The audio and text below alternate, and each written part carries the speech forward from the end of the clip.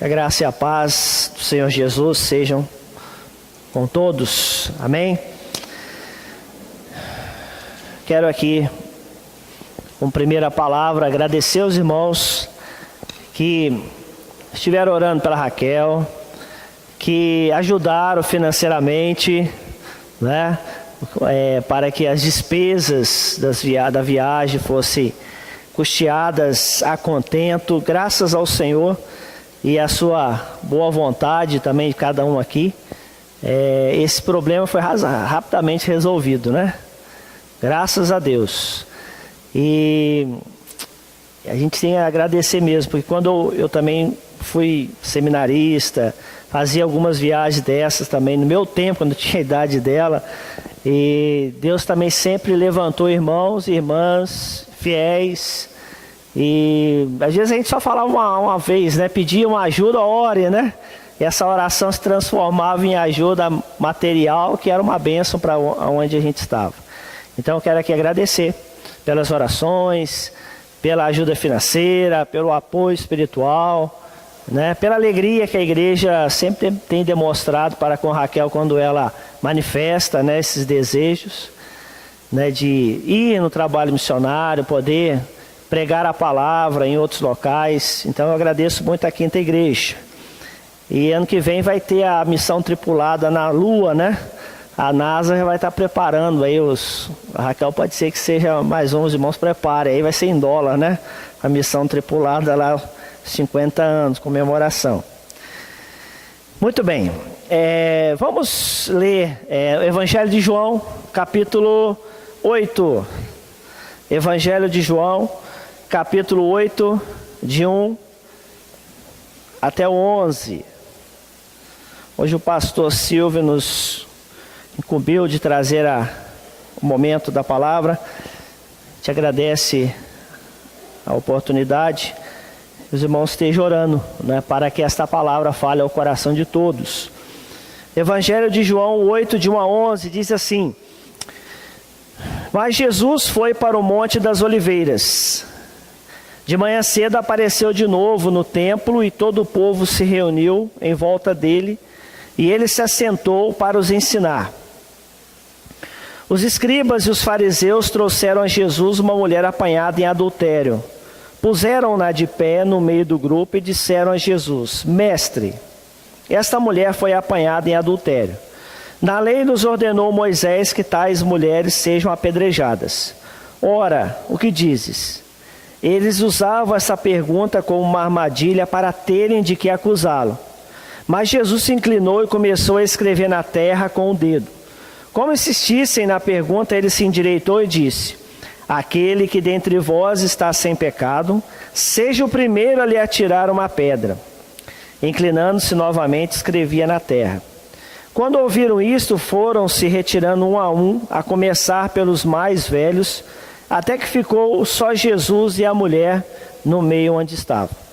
Jesus endireitou-se e disse: Mulher, onde estão eles? Ninguém te condenou? Respondeu ela: Ninguém, Senhor. Disse Jesus: Nem eu também te condeno. Vai e não peques mais. Vamos orar novamente. Ó Deus, te louvamos pela oportunidade de te adorar aqui nesta noite.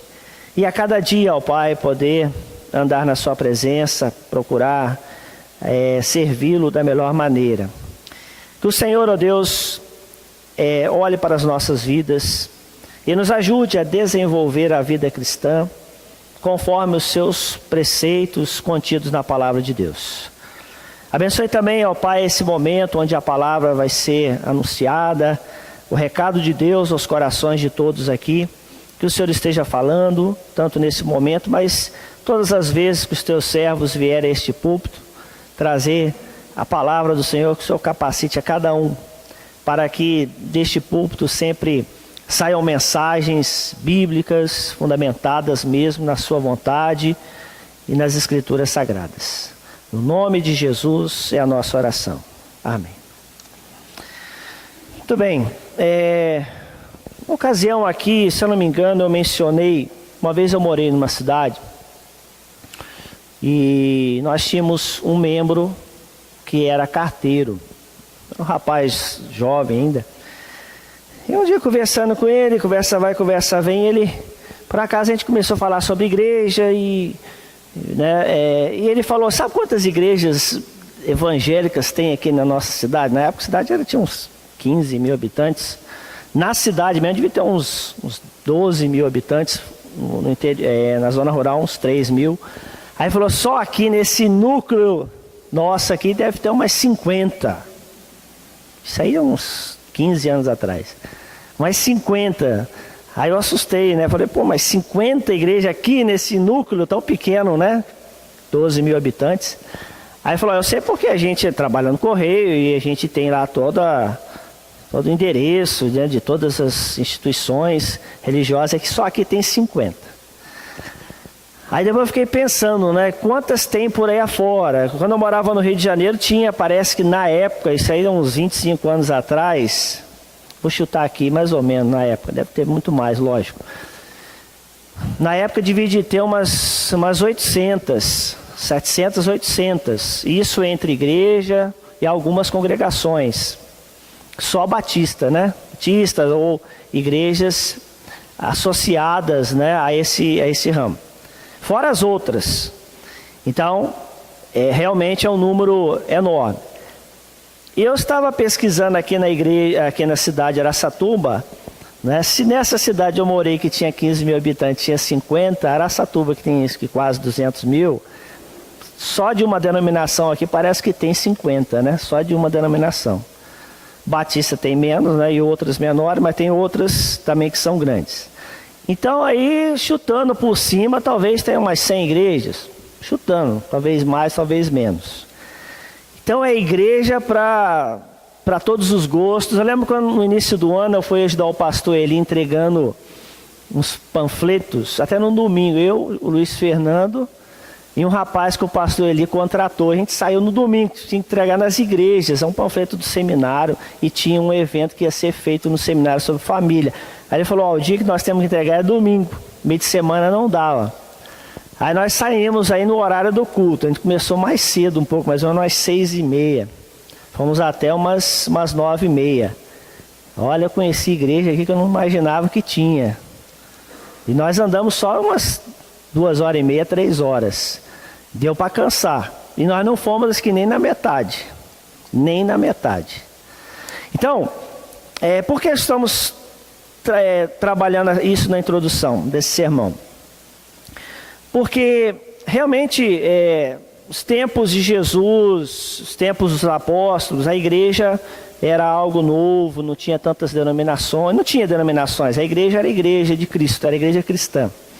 Ao longo do tempo, os homens com as suas, muitas vezes, mediocridades e teimosias e diferenças, criaram inúmeras denominações, as mais variadas, os gostos os mais variados, né? Se dividiu daqui, dividiu dali, redividiu de novo, né? E até mesmo a Igreja Católica, ela tem uma divisão que aconteceu lá no ano de 1054, quando surgiu a Igreja Ortodoxa, ela dividiu, separou, virou uma outra Igreja Católica com outros fundamentos, muitos semelhantes, outros diferentes. Então, realmente nessa questão de igreja, o mundo está resolvido em termos de solução eclesiástica. Igreja, se for o problema para resolver o pecado do homem, o mundo está salvo. No entanto, não é bem assim, não é pelo número de igrejas e pelos mais variados tipos é que o mundo vai ser salvo. A mensagem de Jesus centra-se nele. E esse texto que fala sobre a mulher adúltera, que nós podemos tirar sobre porque eu preciso participar da igreja de Jesus. Como eu disse antes, existem muitas igrejas variadas, vários gostos, vários nomes, e muitas talvez se decepcionaram, já decepcionaram aquele outro. Há pessoas que falam, eu não vou mais para lugar nenhum, porque na igreja tem muitos problemas, muitas dificuldades, já me decepcionei. Mas mesmo assim a mensagem do Evangelho ensina que a igreja é importante na vida de qualquer ser humano. Aí vem a pergunta, aonde eu vou então? Talvez você que está me ouvindo vai falar, lógico, ele vai defender a igreja a qual ele serve. Mas nesse momento nós, até mesmo como batistas, nós precisamos sempre olhar para a palavra de Deus e ver que nós temos que fundamentar, mesmo a igreja batista que nós tanto prezamos, naquilo que a palavra de Deus ensina. E é justamente através desse texto que nós vamos ver e vamos assim colocar a igreja dentro de um padrão, ou ver qual o padrão que Jesus nos deixa para a igreja que realmente Ele espera de nós. De maneira que, se a Igreja Batista ao longo da história fugir desses princípios aqui, ela vai precisar ser consertada. Ou se ela até hoje está dentro da linha, então o que fazer para que ela continue na linha? Então o texto começa dizendo que Jesus, depois de uma longa mensagem no capítulo 7, quando ele estava na festa, se não me engano, dos tabernáculos, ele se retirou para o monte, porque houve uma polêmica. Jesus, com as suas mensagens ali, acabou contrariando muitos os religiosos do seu tempo. Ele se retirou para o Monte das Oliveiras, que era assim um refúgio diário de que Jesus usufruía para se reabastecer nas orações, nas conversas com Deus, porque durante o dia ele passava o tempo com os homens. E principalmente à noite ele se retirava para a oração. Então ele novamente diz o registro aqui do Evangelho de João, que ele foi para o Monte das Oliveiras, provavelmente ele passava em oração. Por quê?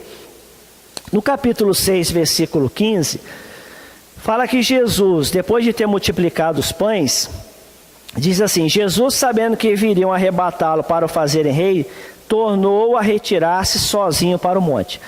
Nos evangelhos nós vemos muito essas expressões: Jesus se retira para o monte. E Jesus passou a noite inteira no monte, de manhã cedo ele estava em tal lugar. Ele tinha esse hábito, isso aí já é bem conhecido por todos, muito usado em momentos de reunião de oração. Jesus foi para o Monte das Oliveiras, mas na manhã cedo, diz o versículo 2, ele apareceu de novo no templo. Ele tinha esse hábito também. Quando ele não estava no meio da turma na rua, ele estava no templo. Em outras palavras, ele estava sempre no meio do povo. E ali ele foi, provavelmente para as reuniões diárias da sinagoga, de estudo bíblico, de oração, tinha lá os momentos diários. E sempre que ele chegava, as pessoas se reuniam em volta dele. E aí ele, vou usar aqui uma ilustração, Jesus como um bom cozinheiro, sempre que alguém o procurava, ele oferecia um bom alimento. Quando a gente vai na casa de uma pessoa, já está até lá no subconsciente de qualquer anfitrião. Já que ele veio aqui, oferece alguma coisa. Sempre é assim. É cultural isso, né? A gente procura agradar as pessoas que vêm à nossa casa oferecendo algum alimento bom. E Jesus fazia isso com a pregação da palavra. Daí a gente tira um bom ensinamento aqui sobre por que eu preciso fazer parte da igreja de Cristo. E como eu sei que esta igreja, ou a igreja que eu vier escolher para servir, como eu preciso encontrá-la? O que eu preciso encontrar nela para que seja uma igreja realmente dentro do ideal que Jesus nos deixa? Se Jesus aqui, quando as pessoas chegavam até ele ensinava a palavra, ele sempre tinha uma palavra para trazer, é porque ele conhecia muito bem as Escrituras. Daí vem o primeiro ponto. A igreja precisa ser uma comunidade onde a palavra flui abundantemente.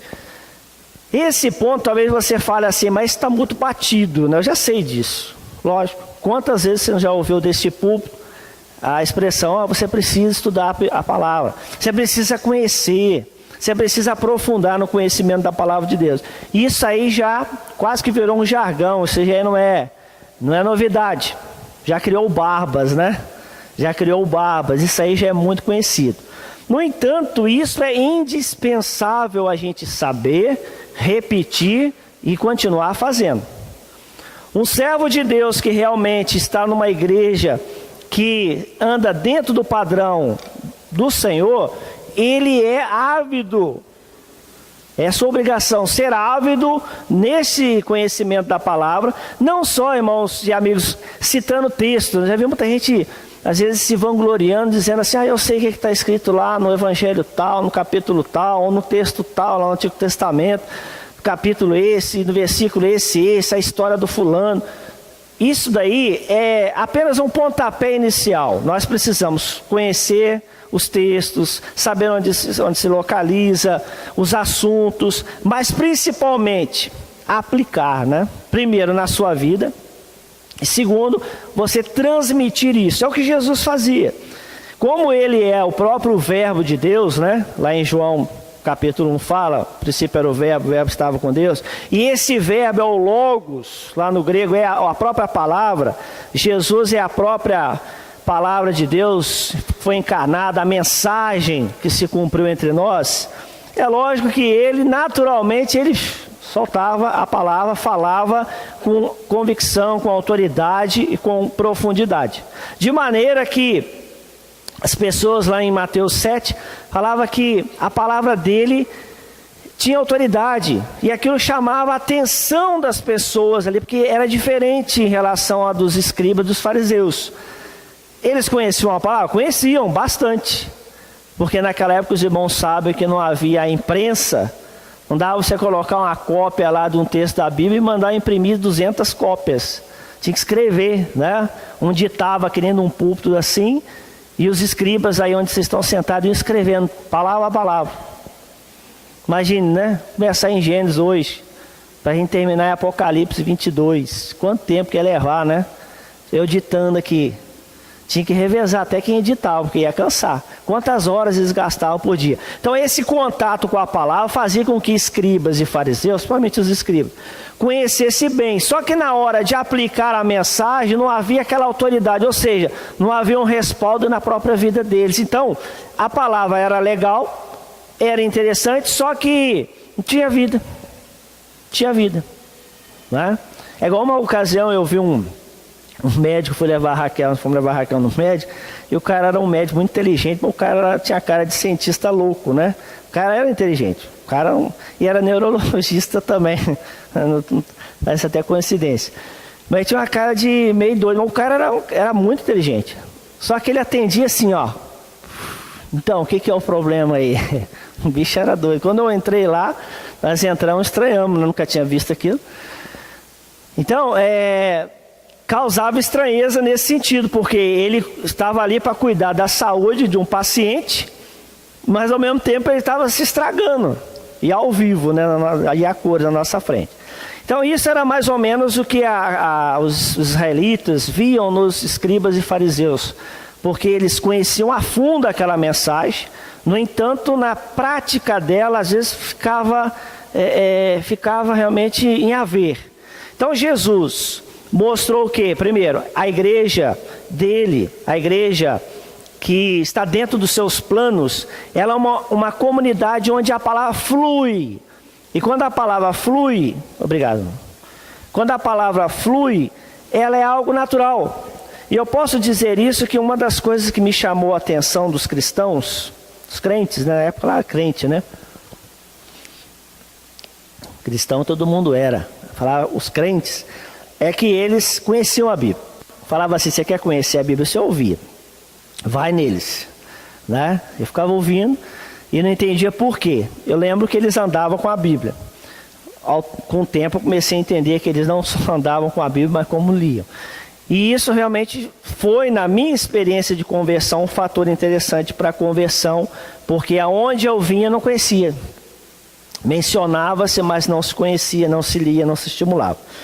Ao mesmo tempo, essa ida de Jesus ao templo e as pessoas se chegando a ele pregando a palavra, isso nos lembra do ide dele, que também pode ser interpretado como indo. Jesus foi ao templo para adorar a Deus. Veio lá do monte, provavelmente passou a noite em oração, ou um bom trecho da noite orando. De manhã ele foi para o templo, vou lá adorar a Deus. Ele precisava adorar a Deus? Precisava. Estava lá adorando a Deus. E surgiu a oportunidade, está lá um homem pregando a palavra de Deus. Isso é fluir abundantemente na vida de uma pessoa a palavra de Deus. É algo natural. Tanto é que eu vou citar alguns textos. Hoje não foi possível jogar aí na mídia, mas eu vou citar alguns textos, vou ler alguns trechos. E vamos começar em Mateus 9:35, que fala assim, ó: e percorria Jesus todas as cidades e aldeias, ensinando nas sinagogas, pregando o evangelho do reino e curando todas as enfermidades e moléstias entre o povo. Então, onde ele ia, além dele curar, ele ajudar as pessoas, ele ensinava nas sinagogas, que era um local de estudo da Bíblia, e também ele pregava em locais onde ele tinha oportunidade de anunciar. Não era na sinagoga, provavelmente era ao ar livre, ele pregava. Então, onde ele ia, está o homem falando sobre aquilo. A palavra fluía, queimava dentro dele, como o profeta Jeremias falava, não conseguia ficar calado, ele tinha que falar. Se nós olharmos os apóstolos, vamos ver lá, Atos 8, a partir do verso 4, fala assim: mas os que andavam dispersos iam por toda parte anunciando a palavra. Descendo Filipe a cidade de Samaria, pregava-lhes a Cristo. As multidões unanimemente prestavam atenção ao que Filipe dizia, porque ouviam e viam os sinais que ele fazia. Os espíritos imundos saíam de muitos que os tinham, clamando em alta voz, e muitos paralíticos e coxos eram curados. Havia grande alegria naquela cidade. Então a igreja foi perseguida pela primeira vez ali em Jerusalém. Ela era recém-formada, mal tinha começado, a morte de Estevão gerou uma perseguição. Interessante que esse Estevão foi morto porque estava pregando a palavra de Deus de uma maneira fantástica. Capítulo 7 é um texto até grande, mas boa parte do capítulo 7 é Estevão fazendo todo um passeio no texto bíblico, na história de Israel, citando fontes e fontes lá dos livros Gênesis, de Números, Deuteronômio e outros salmos, mostrando para o seu público, principalmente judeus, conhecedores da palavra, inclusive estava Paulo no meio, que Jesus era o Cristo. Então ele fez um passeio no Antigo Testamento, anunciando dentro daquele tempo ali que Cristo era o Senhor. Então seu autoconhecimento foi tão interessante, tão profundo, que ninguém conseguia debater com ele, devido à autoridade que ele tinha, o conhecimento. A palavra de Deus fluía de forma abundante naquele apóstolo, naquele servo de Deus, né? E interessante, ele foi morto, a igreja foi perseguida, e quem foi perseguido teve que fugir de Jerusalém, porque senão ia ser preso, provavelmente poderia ser morto, porque tinha prisão, tinha confisco de bens e tinha morte. Eram 3 etapas. Às vezes você era preso, confiscava seus bens, você ficava sem nada. Ou às vezes acontecia as 3 coisas. E ali eles pregando, todo mundo fugiu, uns foram para a Fenícia, outros foram para Samaria e aonde eles iam, estavam pregando a palavra de Deus. Lógico que para pregar você tem que estar conhecendo a fundo. De maneira que esse conhecimento foi tão grandioso que havia grande alegria naquela cidade, o verso 8, porque a mensagem foi transmitida aos samaritanos, a salvação chegou a eles, Deus operou curas, porque aquele que leva a mensagem de Deus, nessa ida anunciando a palavra, você topa com pessoas demoniadas, topa com pessoas com problemas variados, e aí Deus te dá autoridade nesta palavra, até mesmo para curar na hora, ou para fazer qualquer outra coisa, que Deus te dá essa autoridade biblicamente. Marcos 16 é claro, dizendo que esses sinais vão seguir aqueles que forem anunciando a palavra. Então, nós vemos aqui esses exemplos. Para fechar, em Atos ainda, no capítulo 14, verso 7, que Paulo, depois de pregar em Antioquia da Pisídia, teve que correr da cidade, porque muitos queriam matá-lo. Ele entrando em Icônio, que era uma cidade ali na Ásia Menor, na Turquia hoje, verso 7 fala assim, em Listra e Derbe também, e ali pregava o evangelho. Quer dizer, eles acabaram de sair corrido de Antioquia, de Icônio, chegaram em Listra, em vez de ficar quieto, não, vamos anunciar novamente a palavra aqui. Foi ali que eles conheceram Timóteo, que se tornou depois um pregador junto com o apóstolo Paulo. E assim, irmãos, a coisa vai. Só para fechar, aqui tem um cara aqui que nós não podemos esquecer, Atos 18, 24, que fala assim, chegou a Éfeso um judeu chamado Apolo, natural de Alexandria, homem eloquente e poderoso nas escrituras. E ele era tão poderoso que convencia publicamente tanto a judeus como a gentios que Jesus era o Cristo, apesar dele precisar ter um aperfeiçoamento maior ali que ele recebeu de Áquila e Priscila. Mas o homem era poderoso nas Escrituras, ele recebeu esse adjetivo de Lucas. Eu fico pensando, poderoso, né? Eu queria ouvi-lo falar, né? Ele era eloquente, ele era aprofundado na palavra, talvez as duas coisas, mas o conhecimento da palavra, o estudo constante, ele tinha. Então a palavra flui, no cristão verdadeiro a palavra flui. E qual é a missão da igreja? É adorar a Deus. As pessoas vindo adorar conosco, o que elas vão receber de palavra? Que palavra nós temos para oferecer para elas? As palavras que nós queremos que elas ouçam, humanamente falando, ou as palavras que Deus quer que elas ouçam? Que é lógico, é mais fácil você pregar aquilo que o povo quer ouvir. E eu falo isso porque, tempo que eu sou pregador, há quase 30 anos, todas as vezes que tinha que pregar uma mensagem que não era muito agradável, chegava ali fora, a gente percebia já, né, os desagrados se manifestando. Ali fora, já na hora de cumprimentar, de vez em quando eu ouvia algumas coisas, né? Então, pregar a palavra que o povo quer ouvir, qualquer um pode subir aqui e falar. Agora, pregar a palavra que Deus quer que você ouça, aí pode causar algumas dificuldades, não é fácil. Mas é essa mensagem que a igreja precisa estar preparada. Chega alguém aqui com problemas, com dificuldades, nós temos que anunciar aquilo que é.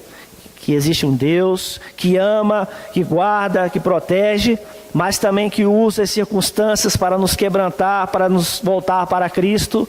São palavras que agradam, ao mesmo tempo pode ferir num ponto ou outro do pecado, e aí é que a diferença vai acontecer para bem ou para mal, né? Vai depender do ouvinte. Para fechar esse ponto, eu lembro meu pastor, que era um homem muito conhecedor da Bíblia, ele falava assim: imagine se nós pudéssemos tirar da Bíblia trechos que nós não gostássemos. Vamos supor, se Deus falasse assim, ó, te dá a Bíblia, você pega esse livro e você tem aí, sei lá, a liberdade para arrancar daqui, arrancar mesmo, o que você não gosta. Para começar, pelo tamanho aqui, você já tirava a metade, só pelo tamanho da Bíblia, que é grande. Agora, o que você ia tirar daquilo que você não gosta? Talvez naquele livro de genealogia seria um dos primeiros. Agora, e se mexesse textos bíblicos que mexem com o nosso pecado? Você teria coragem de tirar? Seria o segundo passo a se fazer? Ou você ia colocar, não, vou deixar porque esse ensinamento, essa mensagem que afeta o meu pecado, ela é necessária permanecer para que eu me conserte. Qual seria a sua atitude? A igreja de Jesus é aquela que mantém a palavra como ela é e ensina ela como Deus manda ensinar.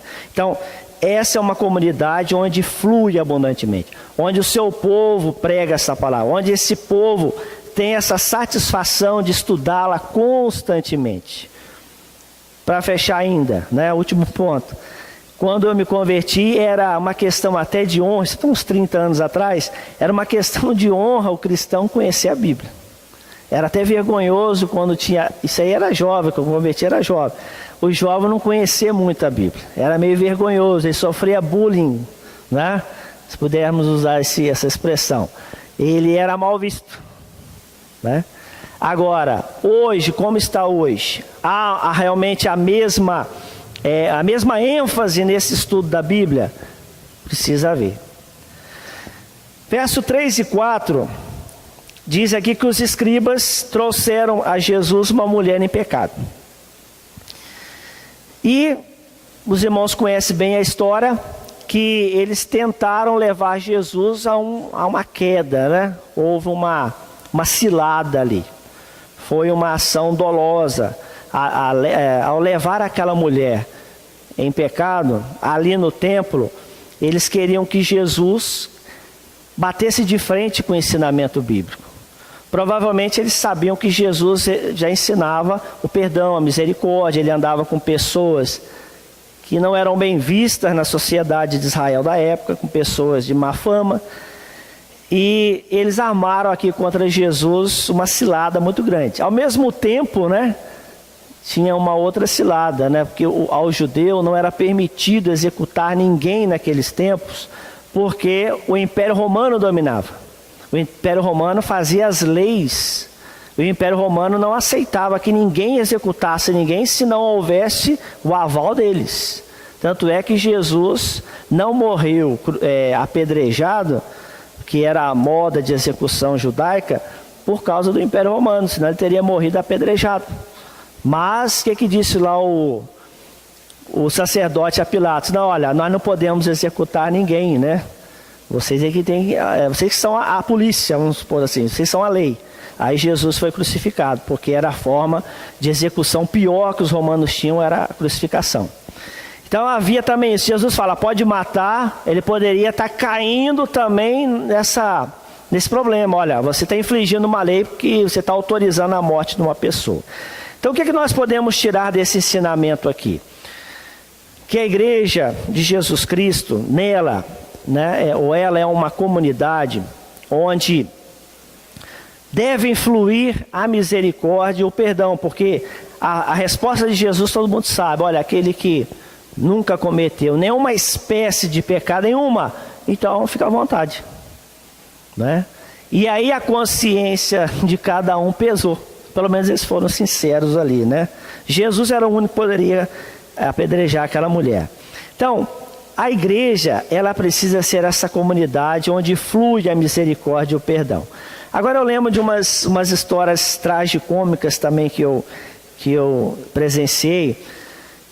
Logo no início da minha conversão, eu fui pegando cargos na igreja. Um dos cargos que me colocaram como auxiliar de um outro irmão era trabalhar com comissão de visitação, de exclusão de membro, né? Quando estava em pecado, me jogaram essa aí logo de início. E às vezes era até assim, a gente brincava com aquilo, porque as pessoas às vezes paravam a gente nos corredores da igreja e falavam, ei, vocês vão levar o nome daquele fulano para exclusão ou não? Do nada, né? E a gente era pego de surpresa, porque qual que era a ideia? Era trabalhar com um membro afastado, mesmo que tivesse em pecado, né? Dar um tempo para trazê-lo de volta. E às vezes havia uma intensidade assim, meio medieval, né? Ou meio Revolução Francesa, guilhotina nele, vamos cortar. Anos depois, também trabalhando, né, no ministério, às vezes em dia de assembleia, estava para terminar a assembleia, alguém levantava, pastor, precisamos excluir o fulano de tal, porque nunca mais vem na igreja, por isso, por aquilo outro. Então a gente era pego de surpresa e via aquela palavra, e agora? Levo adiante, excluo o cara agora, ou o que eu faço? Então a gente procurava manobrar a situação e lembrar do que a palavra de Deus falava. Se alguém pecar contra ti, você vai, conversa, depois leva uma testemunha e assim depois você leva à igreja. Então a gente percebeu ao longo do tempo que essa misericórdia, esse perdão que Jesus deixou nesse texto aqui, às vezes eles são de forma proposital esquecidos. A ideia de uma igreja de Deus é que ela realmente seja o hospital que recebe, ainda que seja nas últimas, qualquer paciente e tenta restaurá-lo à saúde. Esse é o objetivo, né? Esse é o objetivo. É restaurar a saúde, seja do maior inimigo seu, se você for ali, que trabalha ali, médico ou enfermeiro, ajudá-lo até as últimas. Usar todos os recursos possíveis da medicina para que a vida seja conservada ou preservada, né? Esse é o objetivo de um hospital. A igreja também tem essa característica. Esse pecado aqui é gravíssimo, né? Até eles basearam essa acusação em Levítico. Gostaria que os irmãos pudessem ler, né? Ou preste atenção na leitura. Levítico 20. Levítico 20, versículo 10, que fala assim, se um homem cometer adultério com a mulher de seu próximo, ambos, o adúltero e a adúltera, certamente serão mortos. E a execução era apedrejamento. Em Deuteronômio 25 também, há esse texto, há um texto parecido, onde é parecido e também coloca-se outros casos. Se uma pessoa forçar uma mulher, né, ou houver um consentimento, seria mais assim, poderá haver a execução. Então eles trouxeram a Jesus um texto que era bíblico. Só que o erro deles, estavam tão presos na maldade dos seus corações, que eles, vamos usar aqui entre aspas, esqueceram de trazer o infeliz que estava com a mulher, porque ninguém adultera sozinho, né? Então, ali havia o interesse de destruir, queremos destruir a mulher, destruir Jesus da sua moral, porque ele ordenou a execução da mulher, mas a lei romana fala que não pode executar, ou ele não quis executar a mulher, então ele está indo contra a lei, e ir contra a lei de Moisés é gravíssimo, né? É passivo de morte, né? Ainda mais havendo testemunhas.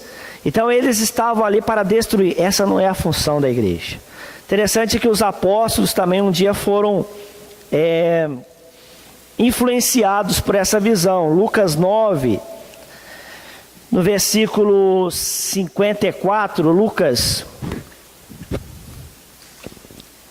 9, 54 e 55, diz assim: os discípulos Tiago e João, vendo isto, perguntaram: Senhor, queres que mandemos que desça fogo do céu e os consuma, assim como fez Elias?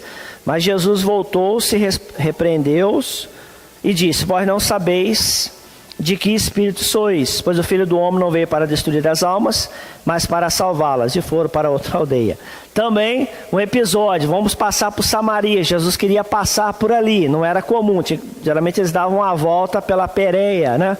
Mas Jesus, não, vamos passar por Samaria para chegar em Jerusalém. E ele não foi bem recebido, porque os samaritanos sabiam que Jesus ia para Jerusalém. E havia aquela briga entre os samaritanos e os da Judéia.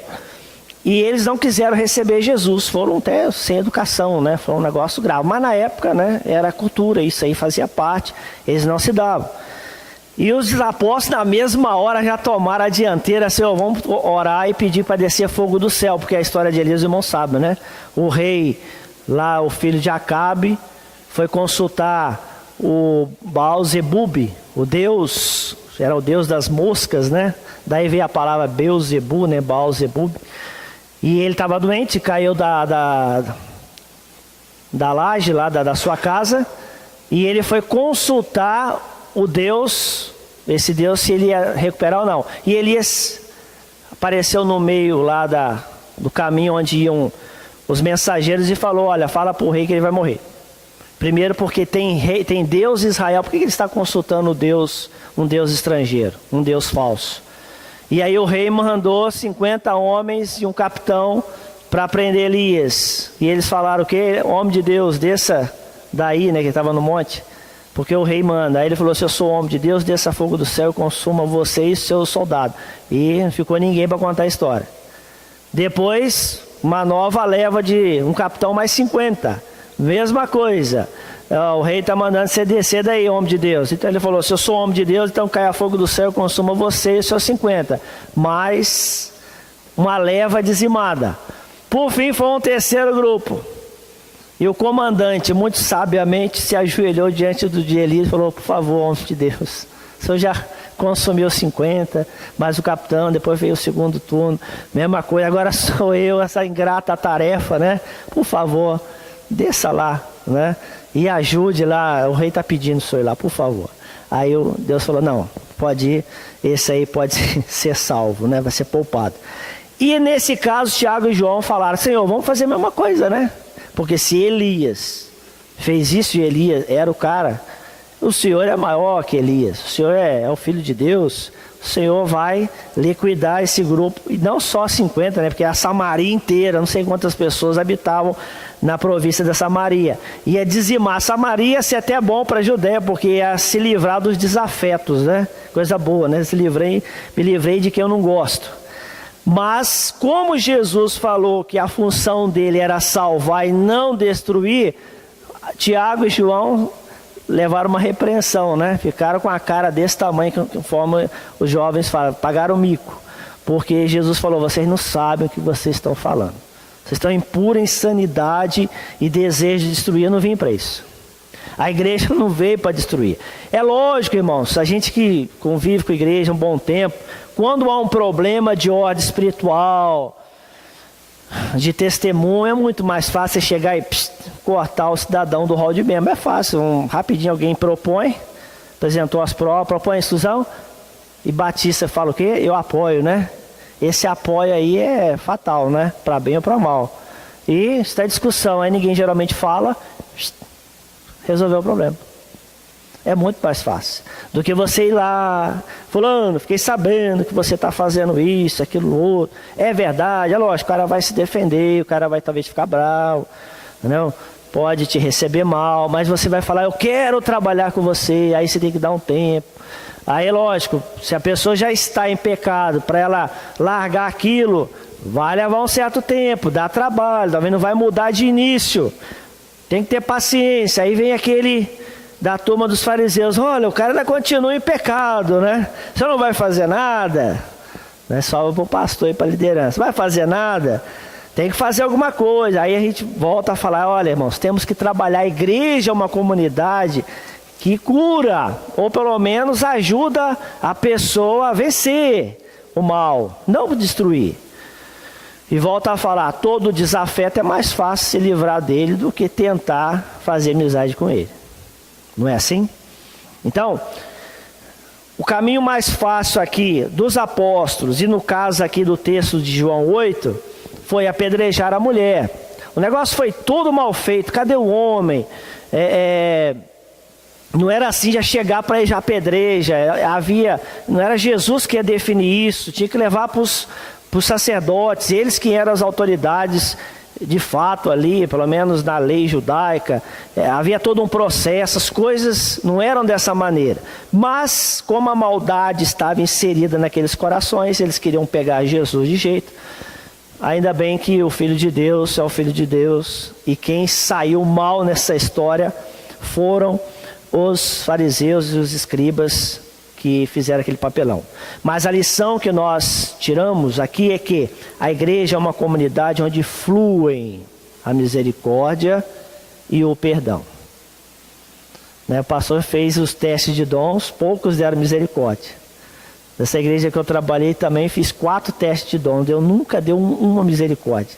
Falei, agora já sei porque tem tanta briga aqui, tem tanto problema aqui, há tanta vontade de excluir o outro. Fiz 4 testes de dons lá com 4 grupos diferentes, a igreja não era grande, deu para fazer com todo mundo, não deu um que tinha misericórdia. Falei, agora lascou, agora vai ser complicado isso daí, precisamos da misericórdia. Quando a gente age com rigor e mata e faz e acaba com esse, exclui e manda embora, isso nos faz sentir poderosos. Olha, tá vendo, eu fiz e aconteceu. E não é essa a orientação bíblica. A orientação bíblica, irmãos, está lá em Gálatas 6. Carta de Gálatas 6:1. Irmãos, se alguém for surpreendido em alguma ofensa, vós que sois espirituais, corrigi o tal com espírito de mansidão. Mas olha por ti mesmo, para que não sejas também tentado. Verso 2, levai as cargas uns dos outros, e assim cumprireis a lei de Cristo. Se alguém pensa ser alguma coisa não sendo nada, engana-se a si mesmo, mas prove cada um a sua própria obra. Então terá motivo de glória só em si mesmo e não em outro, pois cada qual levará o seu próprio fardo. Irmãos, a orientação do apóstolo é essa daí.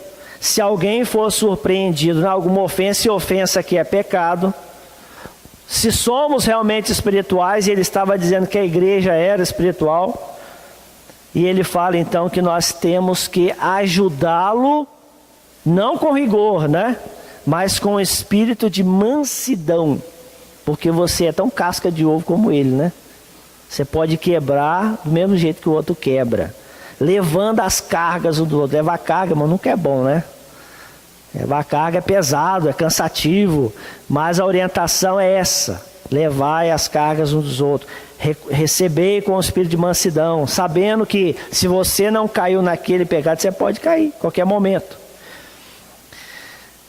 Versos 7 a 9, diz assim que de João 8, né, voltando ao texto. Como insistisse na pergunta, ele se endireitou e disse: aquele que dentre vós está sem pecado, seja o primeiro a lhe atirar uma pedra. Inclinando-se novamente, escrevia na terra. Quando ouviram isso, foram se retirando um, a começar pelos mais velhos, até que ficou só Jesus e a mulher no meio onde ele estava. Outra lição que nós tiramos aqui, porque eu preciso fazer parte da Igreja de Jesus Cristo, porque ela é uma comunidade que reconhece as suas próprias misérias. Esse ponto tem a ver com o outro, ele complementa. Se no anterior eu falei que deve fluir a misericórdia e o perdão, nesse aqui há a prática disso, né? Ela reconhece a si mesma. Ela reconhece que ela é miserável tanto quanto aquele que caiu expressamente no pecado. Ah, mas eu nunca cometi nisso. Deus me livre de cometer um negócio desse. Amém, né? Mas você também tem misérias ou pecados, podemos associar aqui, tantos quantos ele tem, às vezes em outros graus pior. Se bem que pecado é pecado para Deus, mas no nosso contexto humano existe gravidades. Você também é tão miserável, por isso nós falamos: Senhor, tenha misericórdia, né? Tenha piedade das misérias do meu coração, das minhas falhas, tanto quanto o Senhor tem do outro. Essa é a ideia de misericórdia. Então a igreja, ela reconhece as suas próprias misérias. No caso aqui, até esses homens injustos, eles foram preconceituosos, acusadores, né? Eles, a ficha caiu, até que eles têm um ponto positivo aqui. Eles viram que eles se enquadravam na posição de pecadores tanto quanto aquela mulher. Talvez não tenham cometido esse tipo de pecado, porque esse é um tipo de pecado. Agora, quantos pecados existem no mundo que nós fazemos, cometemos? Só de pensar uma maldade é um pecado. Ah, mas eu não executei o pecado. Mas o fato de pensar, irmãos, já quebrou as pernas de qualquer um. E nessa matéria a gente peca demais da conta, porque a cabeça pensa muito que não convém. É que às vezes a gente se cala e guarda para nós. Mas Deus vê, né? Deus vê. E Jesus mesmo classificou o pecado de uma maneira muito maior, porque lá no Sermão do Monte, a execução do pecado que era o pecado, e não a intenção. Só que ele falou que se você pensar o mal, né, intencionar alguma coisa pecaminosa, você já está cometendo pecado. Então piorou o negócio, né? A gama de pecados, a profundidade ficou muito maior. Não é necessário executar. Por exemplo, eu nunca matei ninguém, Deus me livre. Mas se eu sentir ódio de uma pessoa e desejei o mal, não é algo que se aproxima? Outros desejaram a morte lá dentro, mas que fulano morra, né? Ser feliz o dia que eu vi ele no caixão sendo enterrado. Tem gente que chega a esse ponto, né? E fala mesmo, a gente vê aí os noticiários. O cara matou o outro por causa de um negócio mínimo. Mata mesmo, né? Que sentiu inveja do outro e executou o crime. Hoje é mais assim, visível isso. As pessoas se dão a essas atitudes, né? Se vendem de uma maneira terrível. Talvez no passado era mais assim, discreto. Hoje é escancarado. Tanto é que os programas de jornalismo, né, de policial, fazem muito sucesso, porque é uma coisa bárbara atrás da outra. Né? O cara só anuncia: fulano morreu porque o outro foi lá e deu 2 tiros na cabeça dele. O outro foi sequestrado, depois foi violentado e jogaram ele numa ponte. Isso aí faz sucesso. Lá no Rio de Janeiro existia o jornal O Povo, só mostrava coisas terríveis. Eu era office boy, eu via nas bancas, né? Tirava leite, aquele negócio de ficar olhando a notícia ali.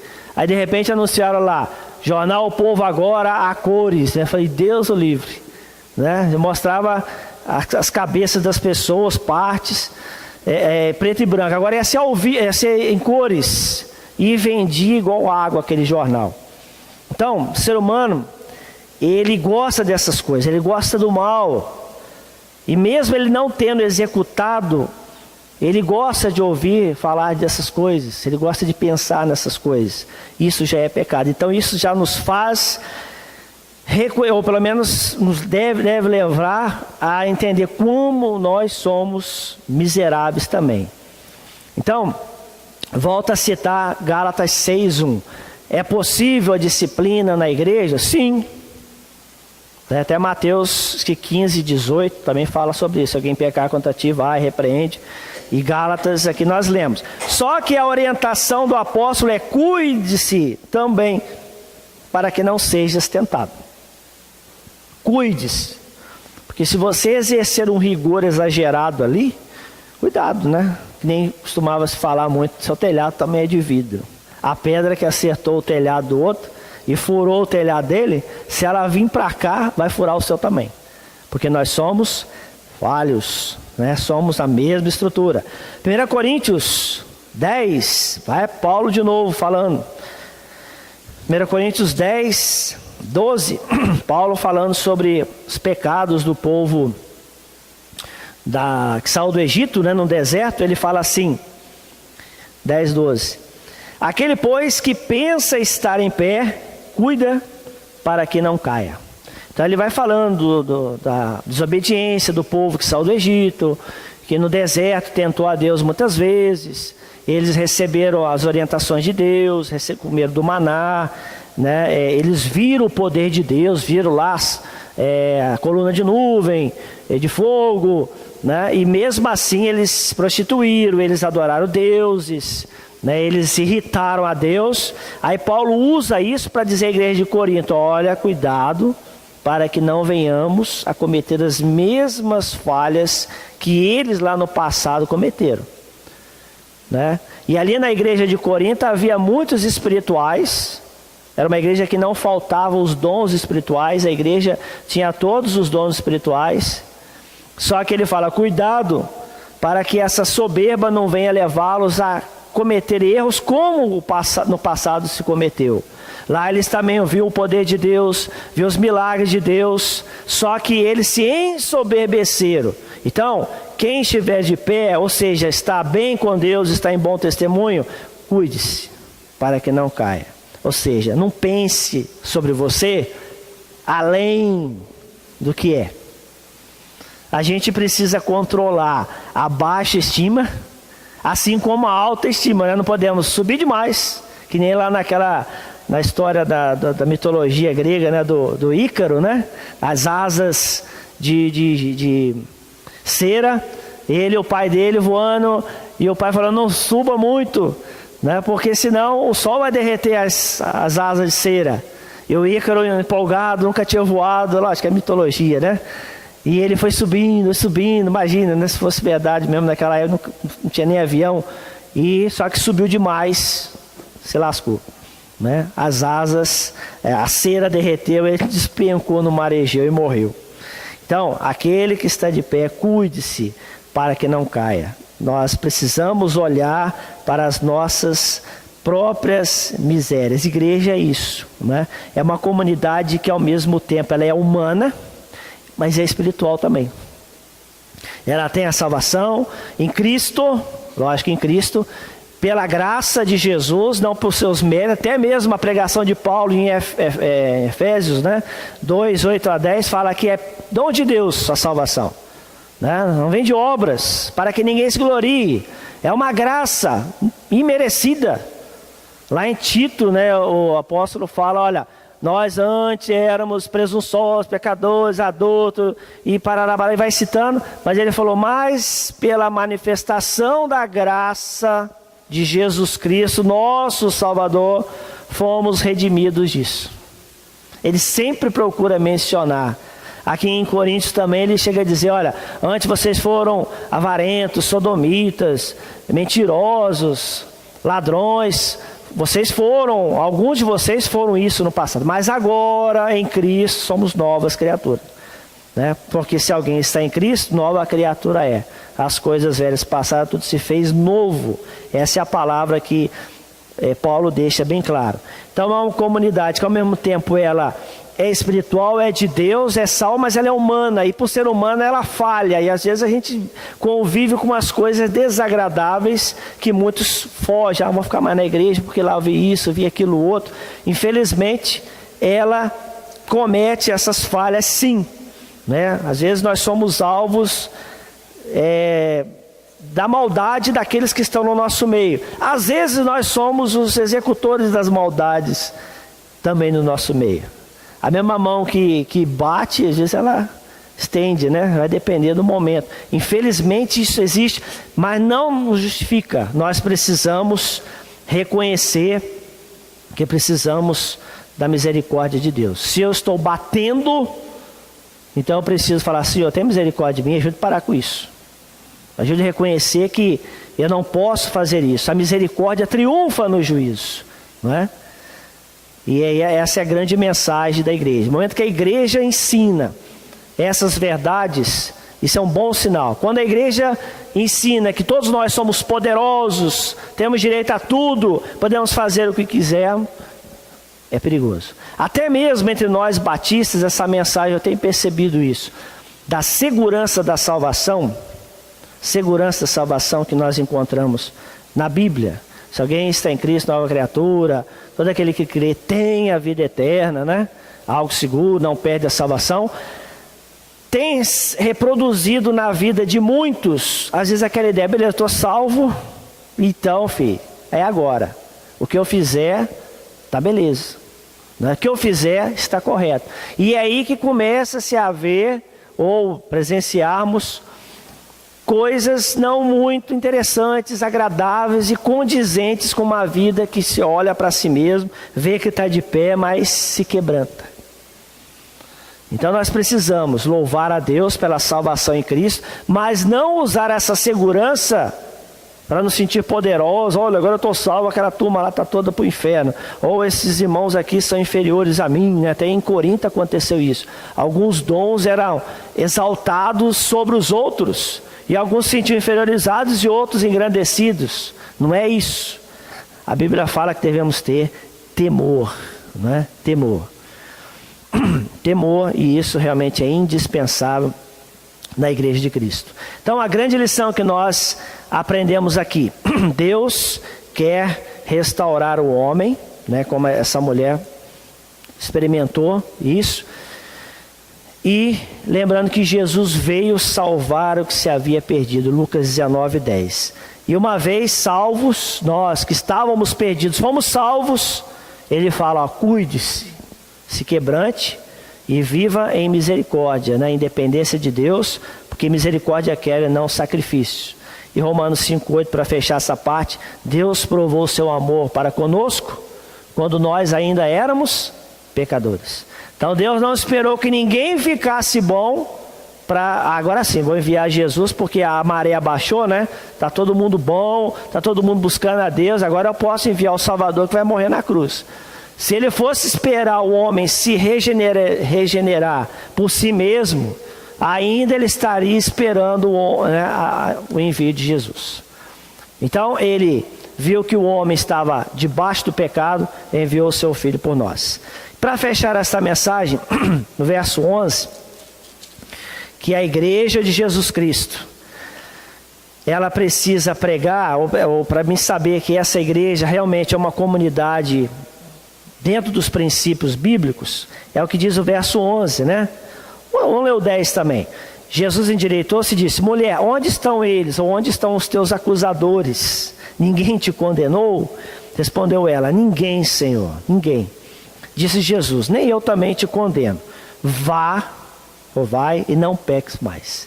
Se Jesus falasse assim: vai, siga o seu caminho, né? Vá com Deus, até amanhã. Nós poderíamos dizer assim: Jesus não ensinou nenhuma verdade mais profunda para ela, só perdoou ela. Mas ele falou: vai e não peques mais. Ou seja, vá e mude a sua vida. Então a igreja é uma comunidade que vive e ensina ao homem a mudar de vida.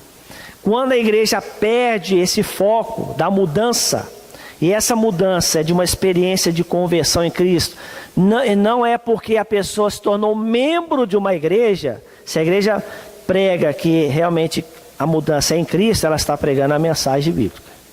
Agora, se ela está pregando que para a pessoa não viver em pecado era apenas ser batizado e ser membro da igreja, ela está pregando uma mensagem equivocada. O batismo é apenas uma confirmação de que a pessoa um dia nasceu de novo. Ele não vai se converter quando batiza ele, né? Não deve, pelo menos não deve ser assim. Ah, não mergulhou, o cara está salvo. Se fosse assim, batizava em casa, no chuveiro. Mas a conversão, ela acontece antes, a nova vida acontece antes, e depois a pessoa vai passar pelo batismo como testemunho de que ela nasceu de novo. Por isso que a gente emerge a pessoa, né? Simboliza que ela está sendo sepultada, e imediatamente ela levanta como sendo uma nova vida. É um símbolo. É um símbolo.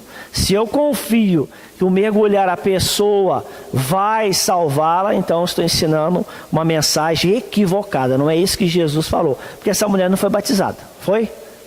Ela não foi batizada. Jesus falou, vai e não peques mais. Talvez você possa falar assim, pô, mas como não peques mais? Quem não peca, né? Até os crentes pecam, lógico, até o pastor peca, sem dúvida. Aí João, lá na epístola dele, queria que você abrisse, para a gente fechar. João, 1 João. 1 João.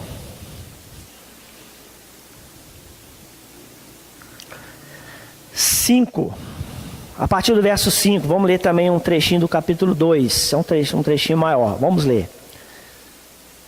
1 João 5 para frente. Essa é a mensagem que dele ouvimos e vos anunciamos, que Deus é luz, e nele não há treva nenhuma.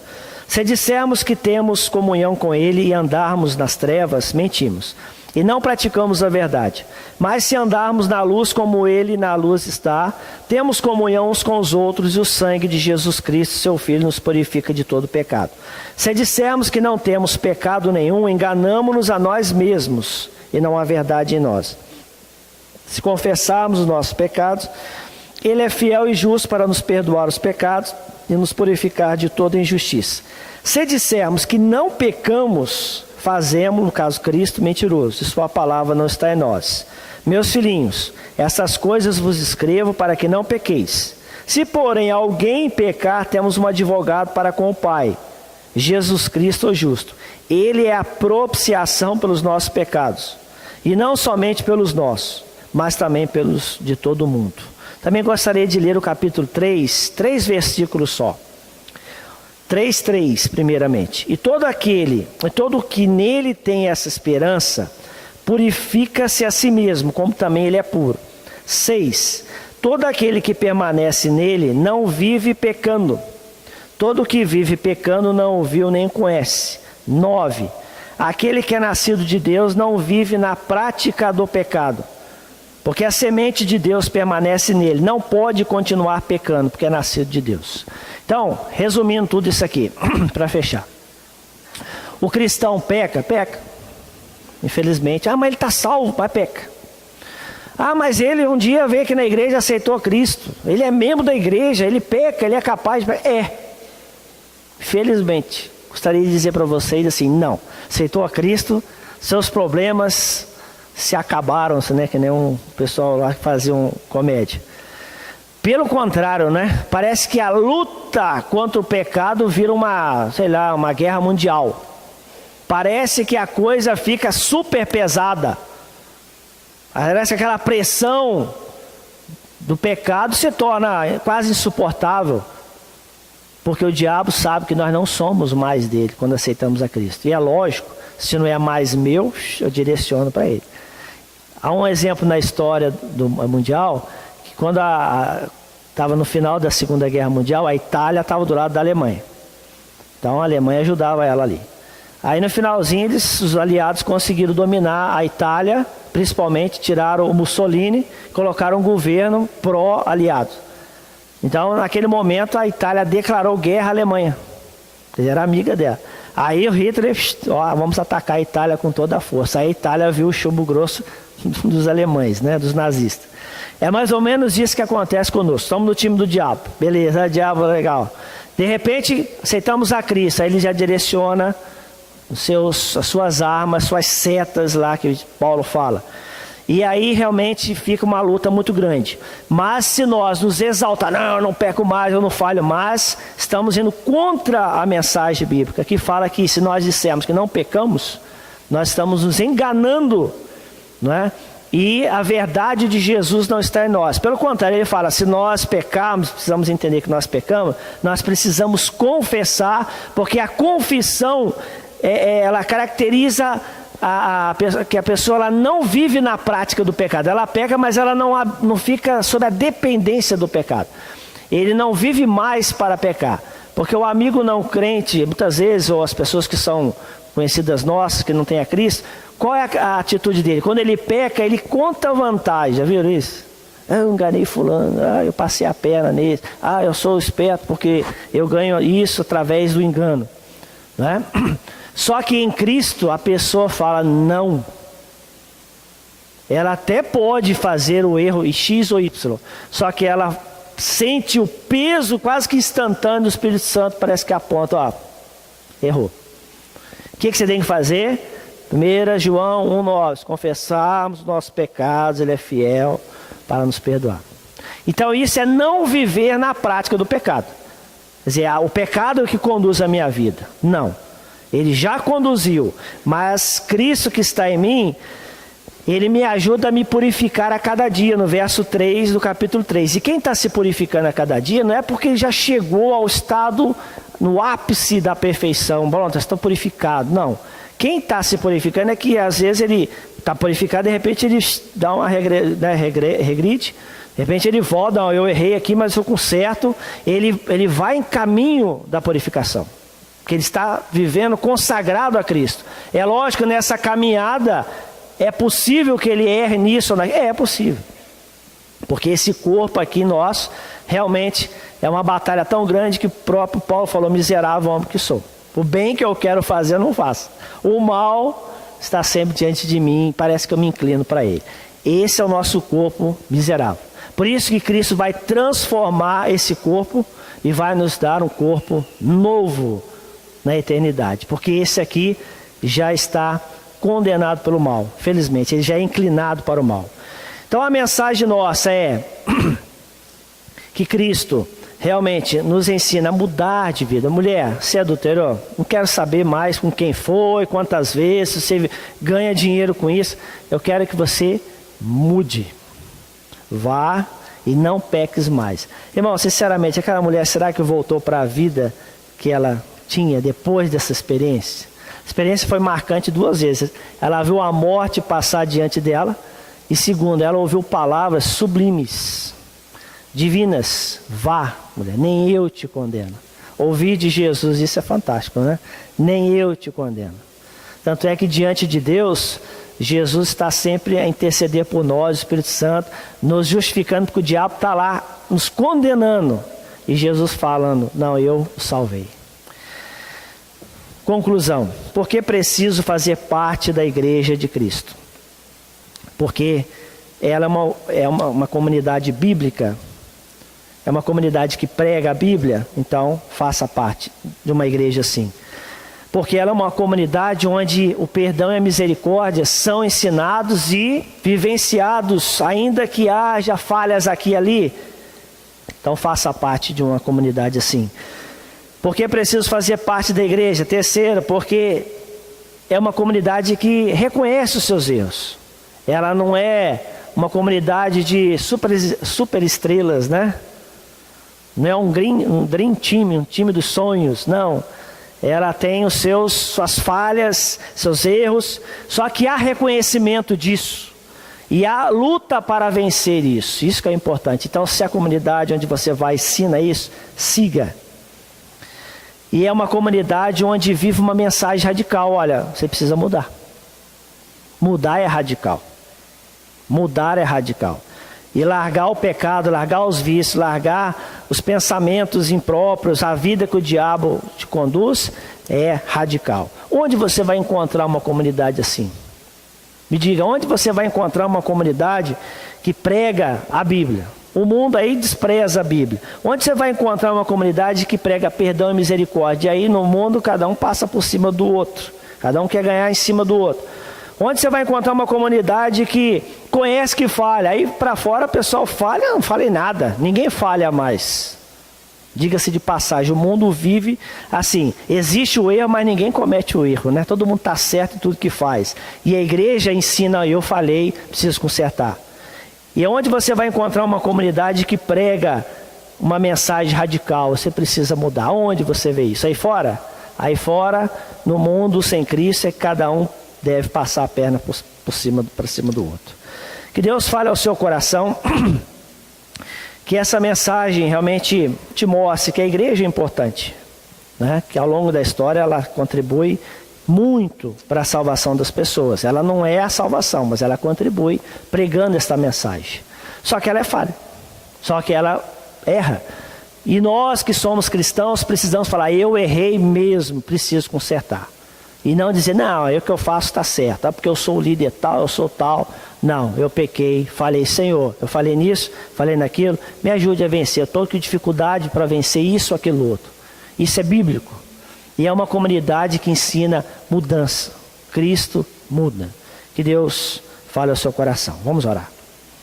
Ó Deus, muito obrigado por essa mensagem de salvação que a palavra de Deus nos traz. Jesus é o único caminho que nos leva até Deus.